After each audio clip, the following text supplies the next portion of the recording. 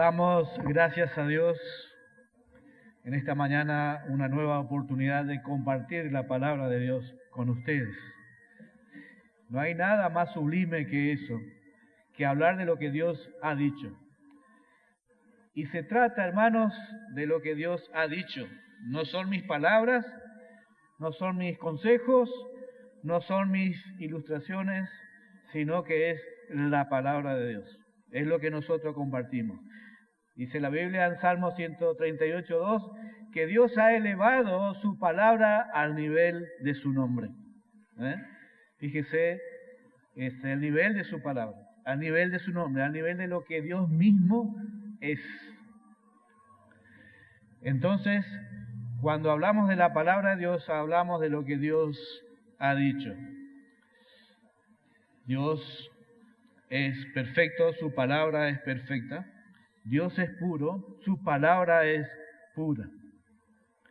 Así que damos gracias a Dios que podemos compartir la palabra de Él. Hay tantos lugares, hermanos, que no se predica la palabra de Dios. Y debemos dar gracias a Dios que nosotros en este lugar podemos compartir lo que Dios ha dicho. Y para mí es un privilegio siempre, lo he dicho, el poder hacerlo. Y en esta mañana, de nuevo, vamos a estar viendo su palabra.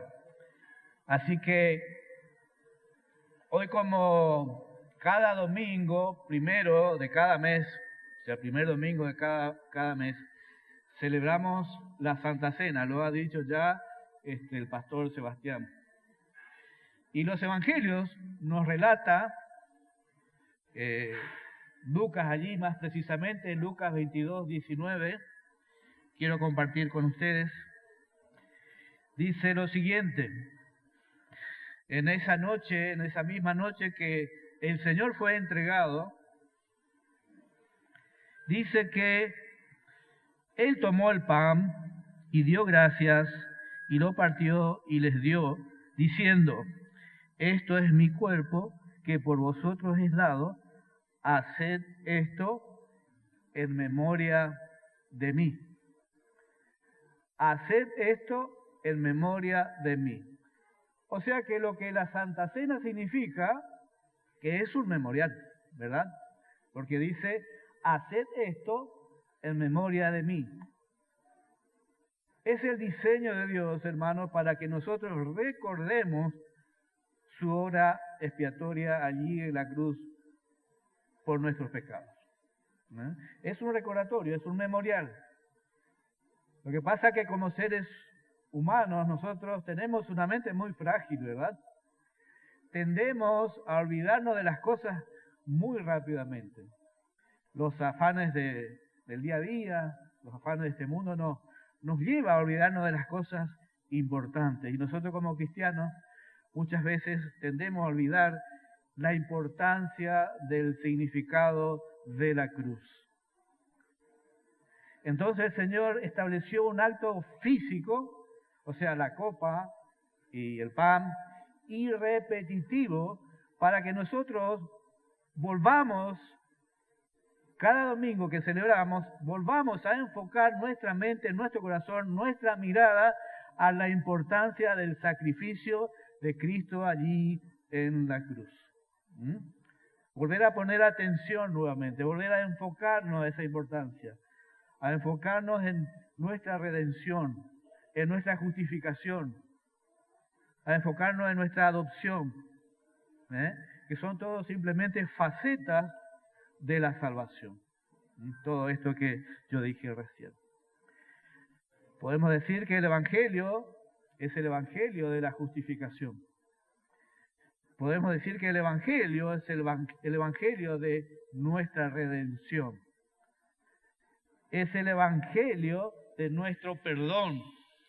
Y es el Evangelio de nuestra reconciliación. Y justamente de este aspecto, de esta faceta de nuestra salvación, es que yo quisiera hablarle esta mañana. El Evangelio de la reconciliación. Quisiera hablarle sobre la reconciliación. Así que acompáñenme en Romanos 5:1, solamente un versículo en esta mañana vamos a estar compartiendo. Dice así: justificados pues por la fe tenemos paz para con Dios por medio de nuestro Señor Jesucristo. Justificados pues por la fe tenemos paz para con Dios por medio de nuestro Señor Jesucristo. Permítame, vamos a orar una vez más para pedir al Señor que esté dirigiendo mi vida. Señor, te damos gracias en esta mañana, te doy gracias por la iglesia, te doy gracias por mi vida y por esta oportunidad de poder hablar sobre tu palabra, Señor. Pero todo quedará en vacío si no es tu Espíritu Santo que esté guiando mi mente y mi corazón. Te ruego, te imploro, Señor, que tú estés dirigiendo mi mente, Dios, para que esta palabra no vuelva vacía, Señor, que el poder de tu palabra sea afectada en la vida de mis hermanos, Señor. Toma el control de mis palabras, Señor. Gracias te doy, Señor, en el nombre de Cristo Jesús. Amén. Bien. Justificados, pues, por la fe tenemos paz para con Dios. Justificados. Esto quiere decir, hermanos, que una vez que nosotros fuimos declarados inocentes, fuimos perdonados en el tribunal de Dios, fuimos hechos justos, por eso dice justificados, por la fe puesta en Jesucristo, ahora tenemos paz con Dios. Ahora tenemos paz. Una vez que fuimos justificados, hermanos, yo quiero destacar esto. Una vez que nosotros fuimos justificados por Dios, una cadena irrompible nos une a Cristo Jesús.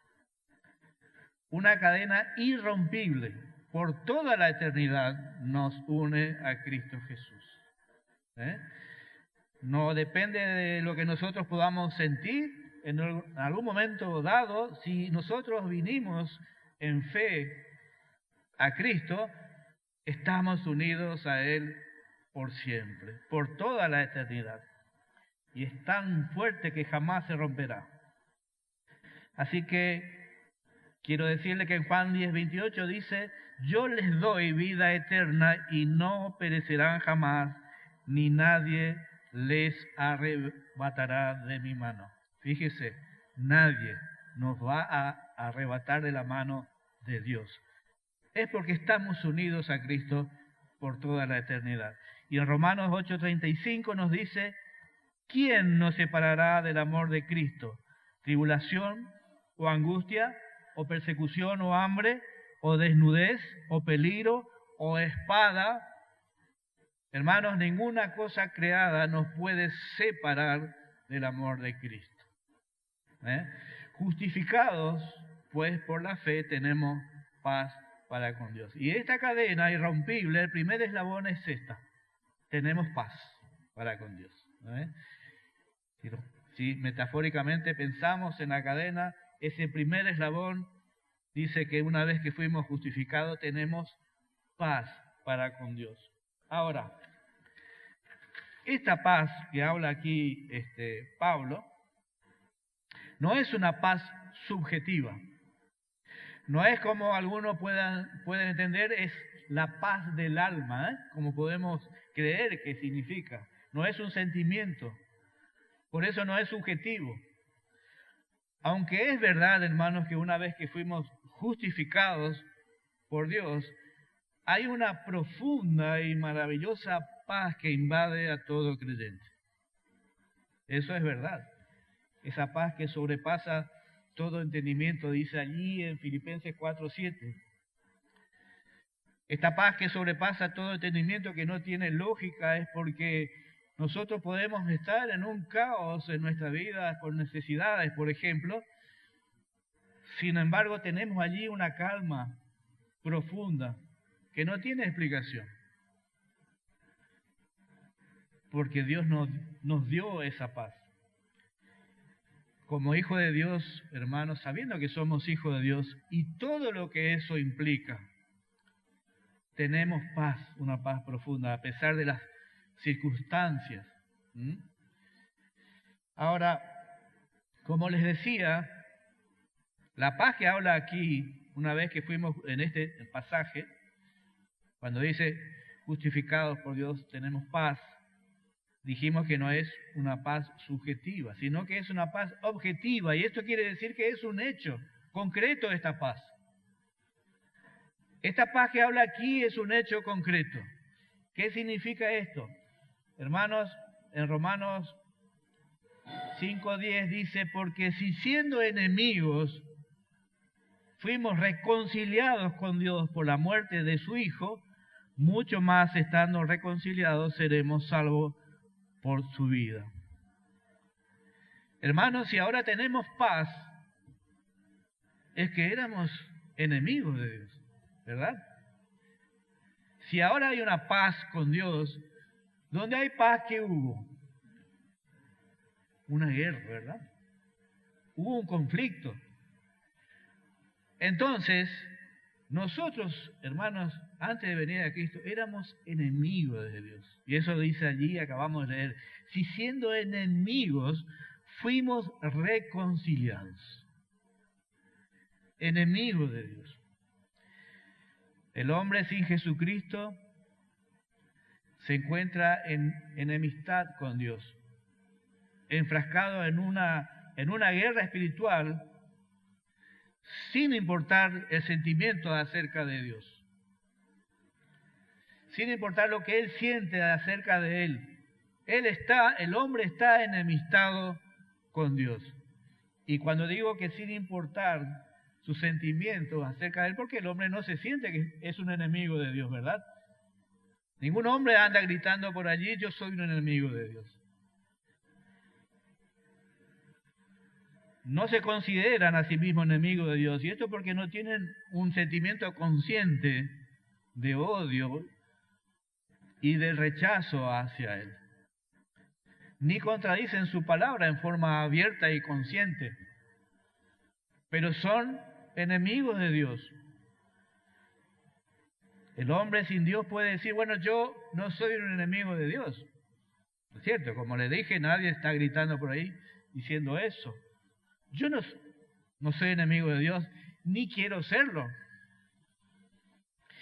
Ni siquiera el famoso filósofo alemán Friedrich Nietzsche se declaró enemigo de Dios, ¿sí? Contrario a todo lo que Dios decía, se consideraba ateo.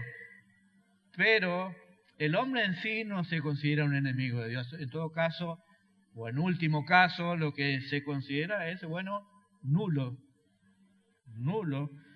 neutrales. Pero el hombre no se considera un enemigo de Dios. Sin embargo, hermanos, la mente de todo incrédulo está en paz únicamente con su carne, con la carne.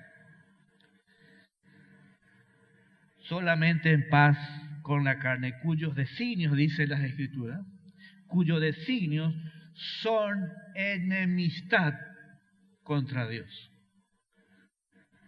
El hombre, escuche de nuevo, el hombre, y estoy hablando del incrédulo, solamente está en paz con la carne, cuyos designios, dice la Biblia, son enemistad contra Dios. Bueno, vamos a explicar esto. Romanos 8:7 dice lo siguiente: por cuanto los designios, otra versión dice, la mente puesta en la carne, en cuanto a los designios de la carne, voluntad, deseo, propósito, cuando hablamos de los designios de la carne, estamos hablando de eso, de la voluntad de la carne, de sus propósitos, son enemistad contra Dios porque no se sujetan a la ley de Dios, ni tampoco pueden. El hombre sin Dios, hermano, que está en paz con su carne, no puede ni siquiera obedecer a Dios. No puede obedecer a Dios, ni tampoco puede. La carne se refiere, hermanos, a nuestra naturaleza humana caída. Eso es la carne, nuestra naturaleza humana caída y corrupta por el pecado. Es la mente, los pensamientos, las emociones operando, hermanos, independientemente de Dios. Eso es la carne. Son todo lo que nosotros pensamos, nuestras intenciones, operando independientemente de Dios. O sea que es fruto de nuestra naturaleza caída.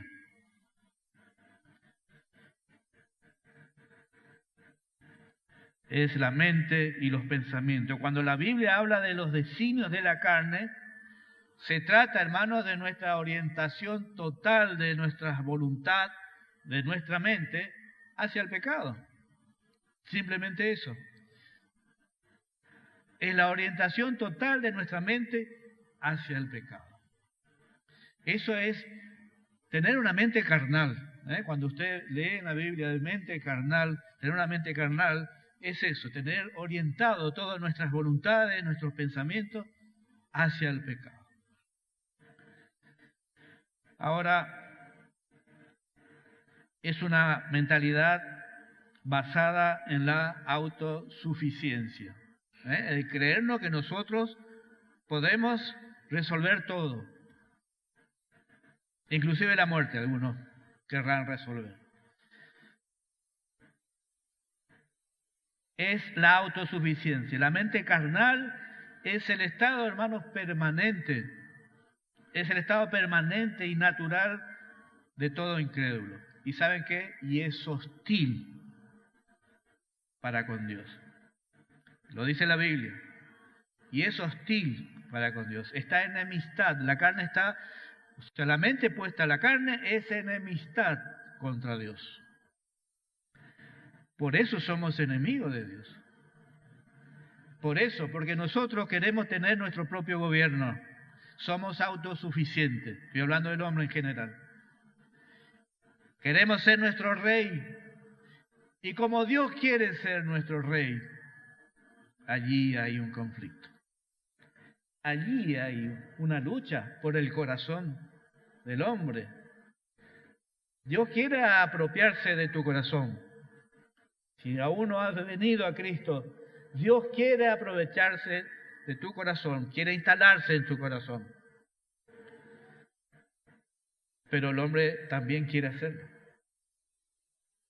Así que allí hay una enemistad. Ahora, ¿cuál es la consecuencia de esto? Estamos viendo que hay una enemistad. El hombre está dirigido completamente hacia la carne, eso es enemistad para con Dios. Entonces hay un conflicto, hay una guerra. ¿Y cuál es la consecuencia? Bueno, la perdición del hombre, hermanos, está determinada por su condición interna, que involucra la carne, pero también involucra el corazón. Involucra el corazón. Y los que viven según la carne, dice la Biblia, en Romanos 8:8, no pueden agradar a Dios. No pueden agradar a Dios. Y como le decía también, que esta condición interna del hombre involucra a la carne, que los que viven según la carne no pueden agradar a Dios, también involucra el corazón. Dice Mateo 15:19, un pasaje muy, muy conocido. Dice así, porque del corazón salen los malos pensamientos, los homicidios, los adulterios, las fornicaciones, los hurtos, los falsos testimonios, las blasfemias. Y esto simplemente es algo representativo, ¿verdad? Muchas cosas más salen del corazón del hombre. El pecado de una persona, hermanos, el pecado de una persona comienza en el interior. Comienza en el interior. Por eso que lo que determina la perdición del hombre está condicionado por su aspecto interior.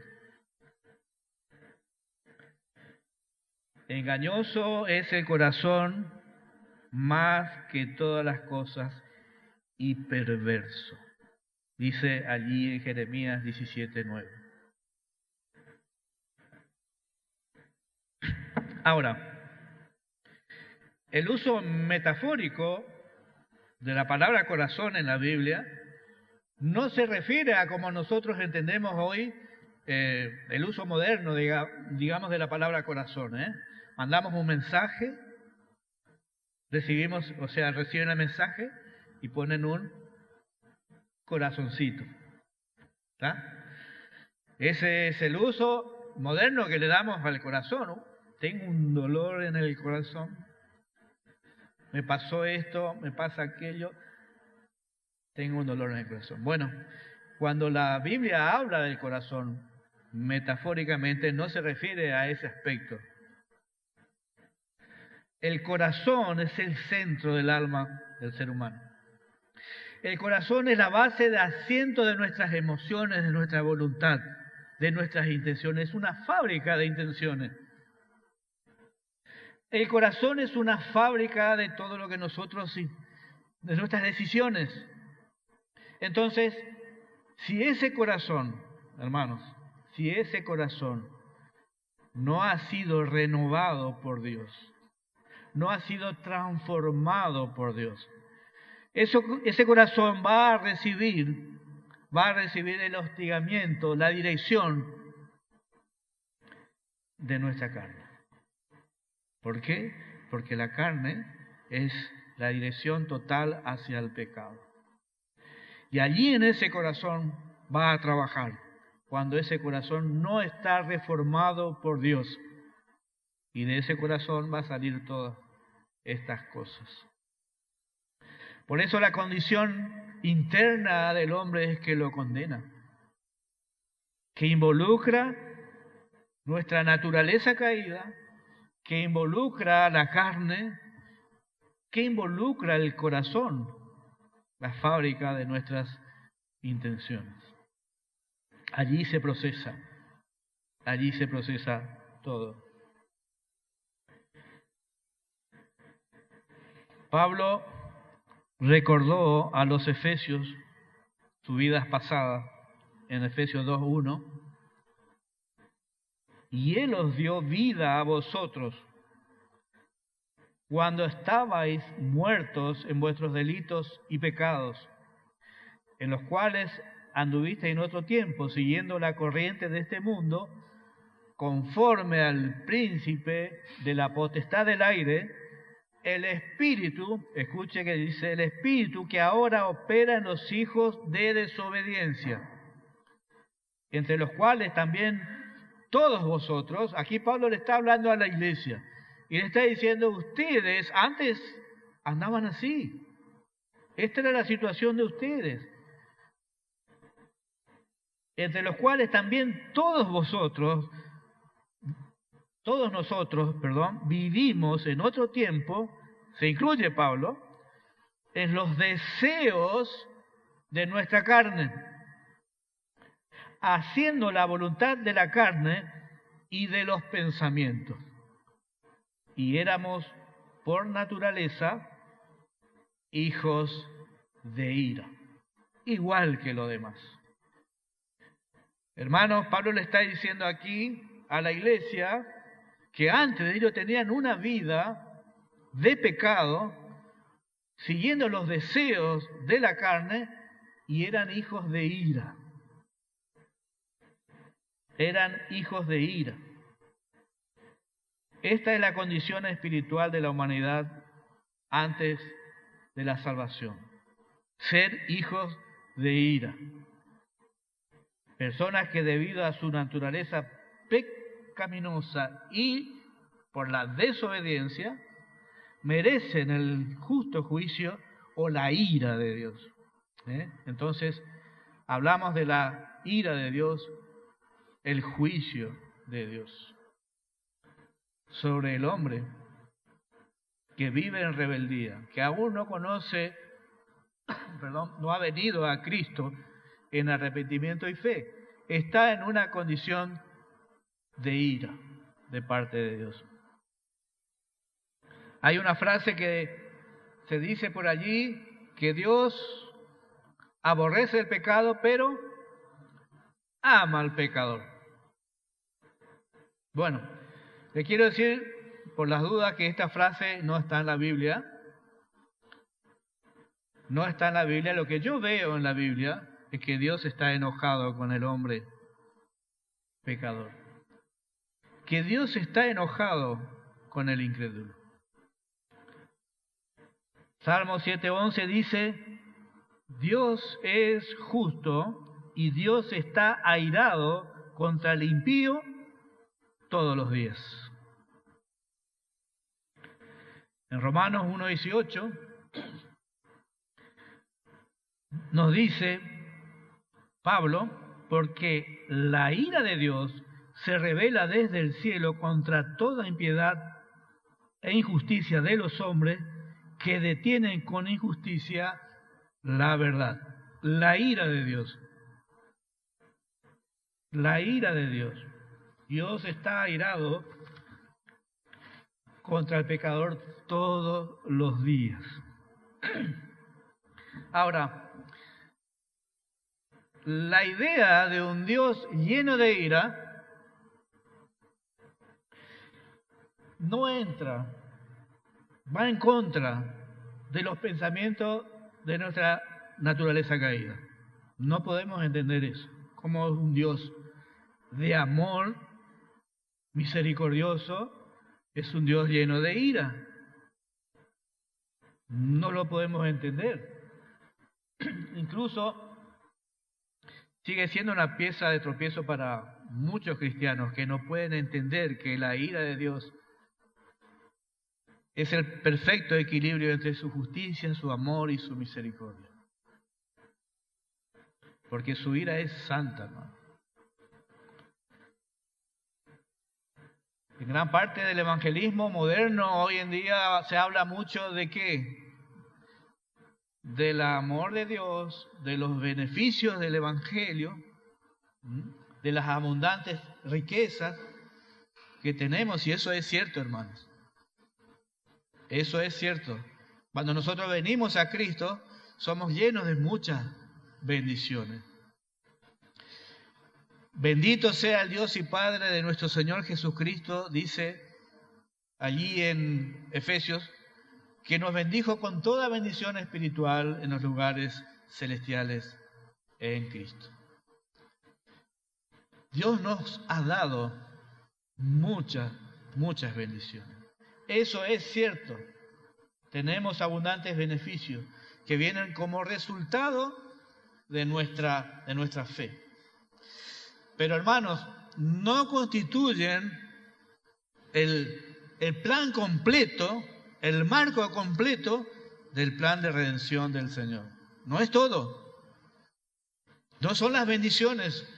Solamente allí nosotros cuando entendemos, por ejemplo, ¿quién no conoce Juan 3:16? Ese versículo que es versículo favorito de muchos creyentes. Bueno, existen calcomanías por allí, ¿verdad? Y estoy seguro que muchos de ustedes lo pueden recitar de memoria. De tal manera,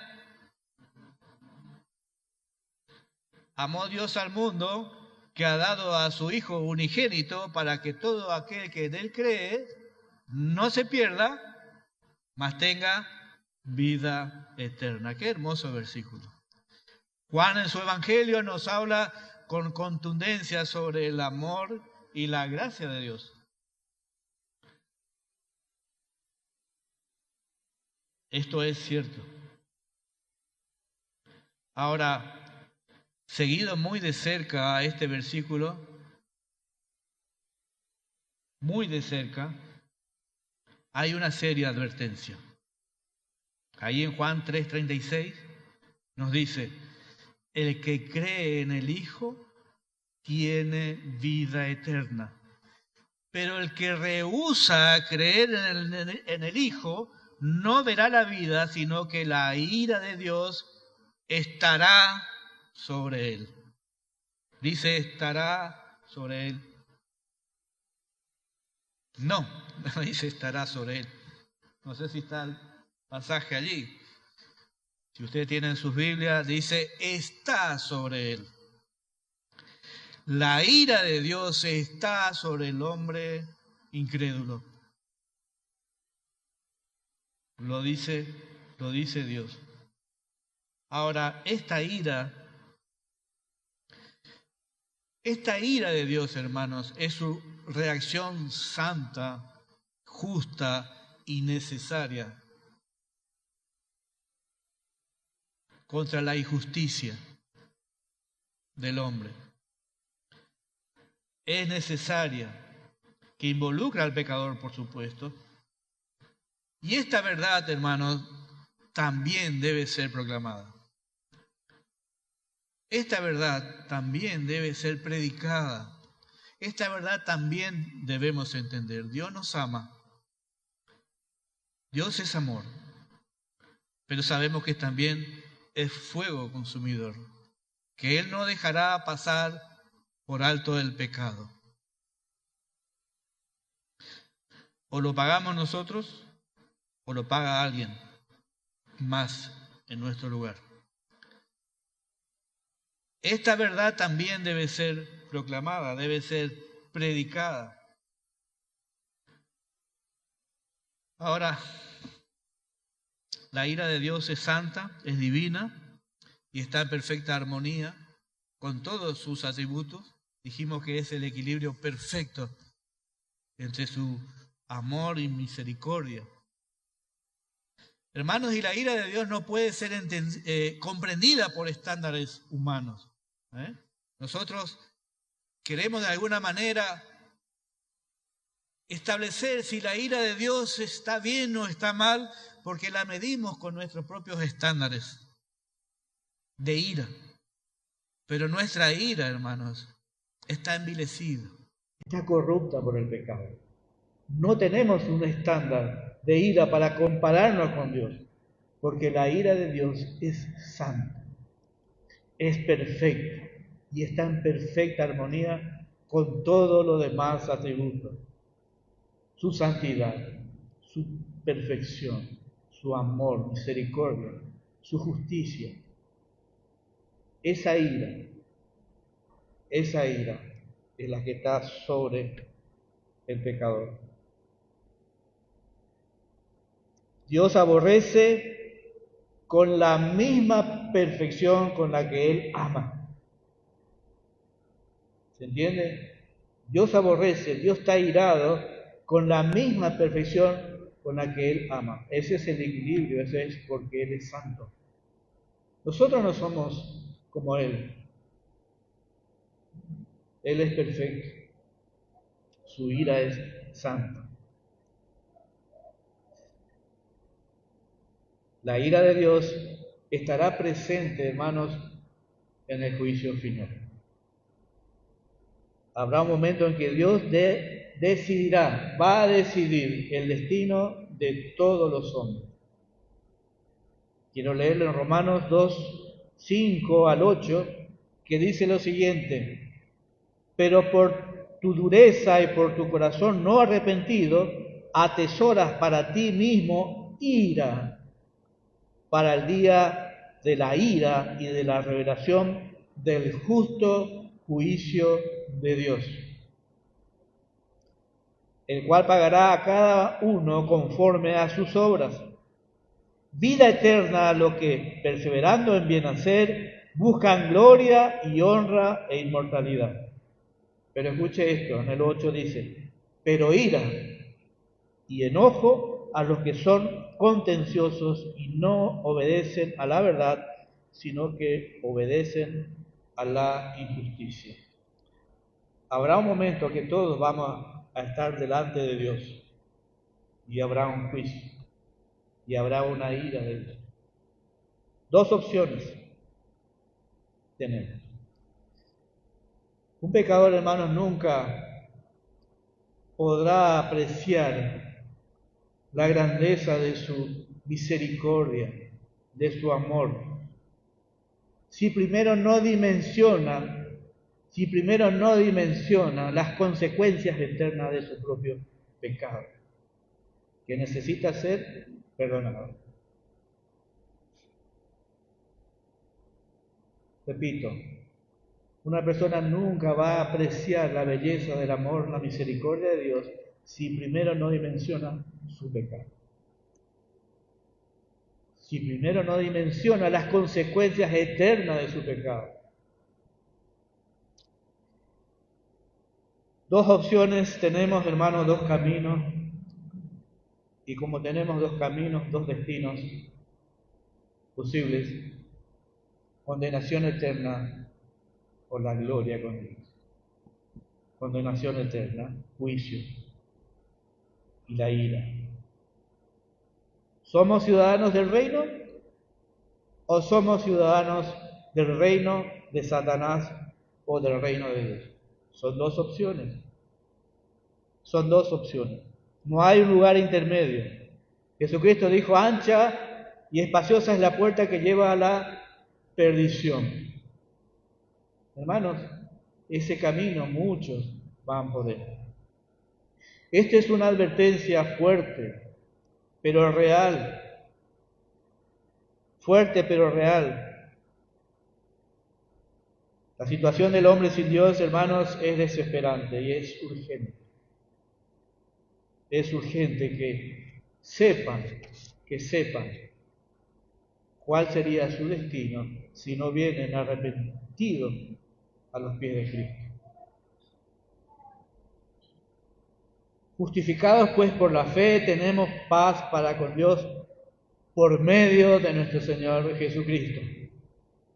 Por medio de Cristo tenemos esa paz. Estos días estuvimos en un tiempo de descanso con mi familia en una cabaña y unas noches salí con mis nietos a mirar las estrellas. Es un lugar amplio, patio enorme, entonces, bueno, vamos a mirar las estrellas. Pero había unos faros altos por acá y otro por allá, distantes, pero estaban allí. Y no hay ni una estrella, abuelo, me decía mi nieto. Y mirábamos, no se veían las estrellas. Entonces empezamos a tapar el faro con la mano y pudimos ver que empezó a iluminarse todo. Eso oscuro, veíamos todo oscuro, pero no veíamos estrellas. Sin embargo, cuando tapamos el faro que nos molestaba, pudimos ver con más claridad las estrellas. Y ese simplemente como una metáfora para entender que en este mundo oscuro que se encuentra el hombre, hay algo que brilla, que es Cristo. Porque allí dice en 2 Corintios 4:4 que el Dios de este siglo cegó el entendimiento de los incrédulos para que no puedan ver la luz del Evangelio, que es la gloria de Cristo, la imagen de Dios. Hermanos, no podemos ver a Cristo, hermanos, si no venimos a Él, arrepentidos. En ese manto negro de oscuridad del hombre, Cristo es que brilla allí en la cruz. Cuando tapamos en aquel momento con las manos el faro, es como si Dios nos quitara el velo que nos impide ver la gloria de Cristo en el Evangelio. En el Evangelio. Ahora, el Evangelio son las buenas noticias, hermano, de que Dios quiere reconciliarse con el hombre. El Evangelio es la buena noticia que Dios quiere reconciliarse contigo si aún no has venido a Cristo. Él quiere hacerlo. Él quiere salvar a su pueblo del castigo eterno. Y para eso envió a su Hijo al mundo a morir en la cruz por nuestros pecados. Él quiere reconciliarse. Y aquellos que confían en Él, en su obra expiatoria a nuestro favor, ya no son enemigos de Él, Ya no somos enemigos desde el momento que vinimos a Cristo, hermano. Y tampoco estamos bajo el ardor de su ira, sino que ahora estamos en paz con Dios. En paz. Como dijimos el último domingo de Santa Cena, la cruz ha tenido a través de la historia un significado para todos los hombres. Pero ¿quién pudo imaginarse que en aquel momento en que Cristo moría en la cruz, un evento de proporciones cósmicas se estaba llevando? Nuestra redención. Y para nosotros como cristianos podemos ver en esa cruz nuestra reconciliación, porque ahora estamos en paz con Él. Amén. Bien, que Dios le bendiga y que nos ayude a vivir esta realidad, hermanos, que ahora estamos en paz con Él. Y hoy, en la Santa Cena, recordamos ese sacrificio que nos reconcilia con Dios y que nos pone en paz con Él. Amén.